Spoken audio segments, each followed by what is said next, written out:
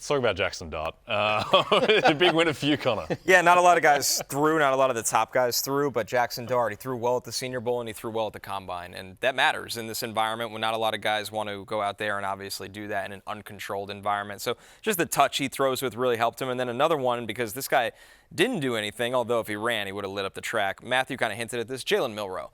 When you just ask teams about Jalen Milroe, I mean, we got to talk to Jalen Milroe. I love the conversation I had with him. And you never know, like, when you talk with a guy, it could just be a great 15 minutes. I asked his teammate, Tyler Booker, about Jalen Milroe. His face lights up. He goes, he gets there at 5 a.m. He doesn't leave till 8 at night. He's the last one to leave.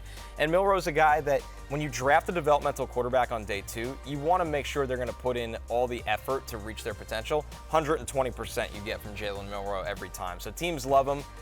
Matthew, you said this. He also understands, like, I have work to do, but he has the right mindset to develop and get that redshirt year in the NFL. I'm excited for wherever he lands. Yeah, and the other thing, I mean, because the skills are the physical skills are off the chart, yeah, right? And so, like a 4.38 kind of runner or around there. I mean, and this was against SEC defenses. I mean, yes. you know, I mean, like, put on the tape of the Georgia game, and like, right. You'll see. The other thing about him is, to your point, that willingness to work and that understanding. Like, I always think one of the biggest assets you can have is like having really good self-awareness, right? And understanding, like, this is what I do well and this is what I don't do well. I will say this, there's a lot of things in this world I don't do well, but I'm pretty much aware of them. Too many times, people are like, I'm a finished right. product, and I don't need to do this work because I'm there. And Milroe is not that kid. Milroe is like, I know here are the things that I need to improve on. The other thing is, and I know this from a bunch of NFL teams. NFL teams love drafting Nick Saban kids because they come in pro-ready. They understand what is expected of them at the next level. And I'm not saying there aren't coaches or programs like that, but I'll just say there's a long track record of Alabama kids having success in the NFL, especially when they were coached under Nick Saban, because they understand what a professional atmosphere is like. Yep. Another guy who's certainly pro-ready, Quinshon Judkins, who headlines the running back winners. Yeah, everybody falls in love with these 4.3 40s, but when Quinshon Judkins goes sub 4.5 at 221 pounds, that's different weight-adjusted speed. And we saw Quinshon play his best ball down the stretch when Ohio State was sprinting to a national championship. He had forced over 70 missed tackles both years at Ole Miss before he transferred to Ohio State. So Lawrence, I mean, this guy is just pro-ready, explosive, physical, and he lights up a room whenever he walks in. Yeah, I don't see how he's not a factor immediately. May not be getting the full workload, but he'll definitely be a factor. He's a guy you should be wanting to get around 10 touches per game. And like he told me at the Combine, he said he wants teams to use him in more ways than just running off tackle. He wants the ball in the slot. He wants the ball out the backfield, and he's capable to do that. He's done it at Ole Miss. He's done now done it at Ohio State.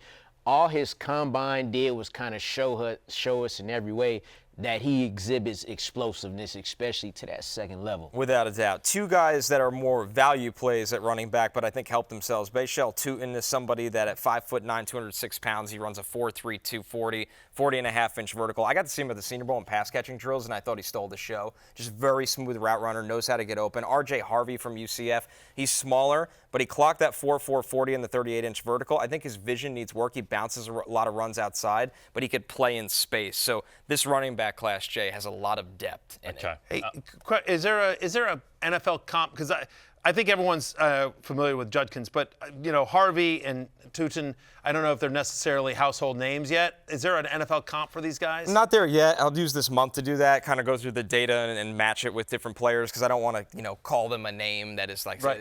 Oh my God, you think he's going to have that career? I don't do that, but I will have comps for all these guys by the time of the draft. Let me ask you this real quick, Connor. Between Tutin and Cam Scatterboo, who you taking? That's a great question, because Tutin is just that speed element, can play in space. I guess I'd go, it depends what I need, too. If I need someone that can run between the tackles and pass protect, I would take Cam. If I need more speed, and I want to, we talked about this with Quinshon, play him a little differently, an outside zone, I would go with Tutin. If I'm a gap scheme downhill, I'd go Scatterboo all day.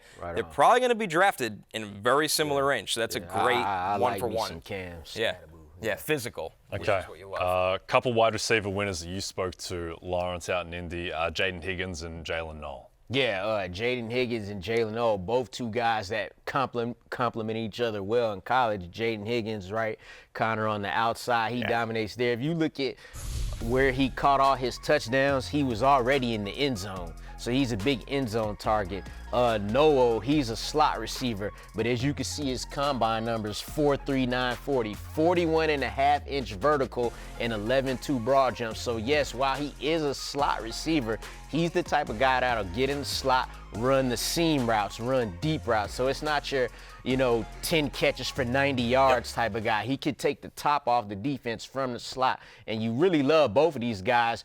Jaden Higgins probably could sneak in the round 1. I would expect Jalen Noah like a day 2 guy. Yeah, I would think Higgins the combo starts with the Packers in the first round, just that size and that they always go for at wide receiver. Jalen Noel, I think you look at the Texans, a team like that Tank Dell's probably not going to be healthy this year. Obviously, Noel has that explosive speed down the field. I'll throw one more name at you here, too. Andrew Armstrong, 1,000 yards 2 of the last 3 years.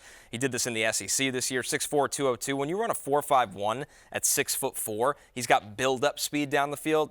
He's probably more of a 6th round kind of player, but it was good for him to go to the combine. And when you're that size, if you do anything under 4.6, you're getting drafted by an NFL team. Yep. So we go to the tight ends. A lot of buzz, Connor, about Colson Loveland in a tight end class that's going to have a couple first-round picks. Yeah, he's dealing with a shoulder, but just the fact that he walked through the doors at 6'6", 248, when everybody thought is he Dalton Kincaid? Can we never ask him to block? He's going to play closer to 256. So I think his 3-down potential is phenomenal. I think he's going to be a top 15 pick. I don't see how he gets by Denver at 20 if you're looking for a draft floor. And one more that did work out, because really a lot of the top tight ends didn't. Terrence Ferguson. This was a bad tight end workout year at the Combine. Everybody was slow. Nobody jumped well. The workouts were so-so. Ferguson, Oregon tight end, 6'5", 247, goes 4.63 in the 40. 39-inch vertical is unheard of for a tight end, and he's just smooth. He played really consistent in Oregon's offense.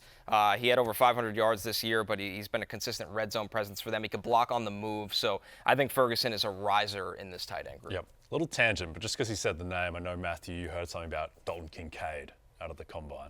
Just that I was told he was hurt last year. I asked a team source, what happened to Dalton Kincaid last year? And I got a shrug, he had no knees. I'm just he was a lot more hurt than he had last year, and the team source knew who I was, know what he does. He goes, mark my words, sleeper next year. Just trust me on this one. Okay. And so I do think Dalton Kincaid has a better year next year. By the dip? By the dip on Dalton Kincaid. Sounds like it's going to be a very good, we know how deep the running back class is this year. Sounds like it's a deep tight end class as well. It is.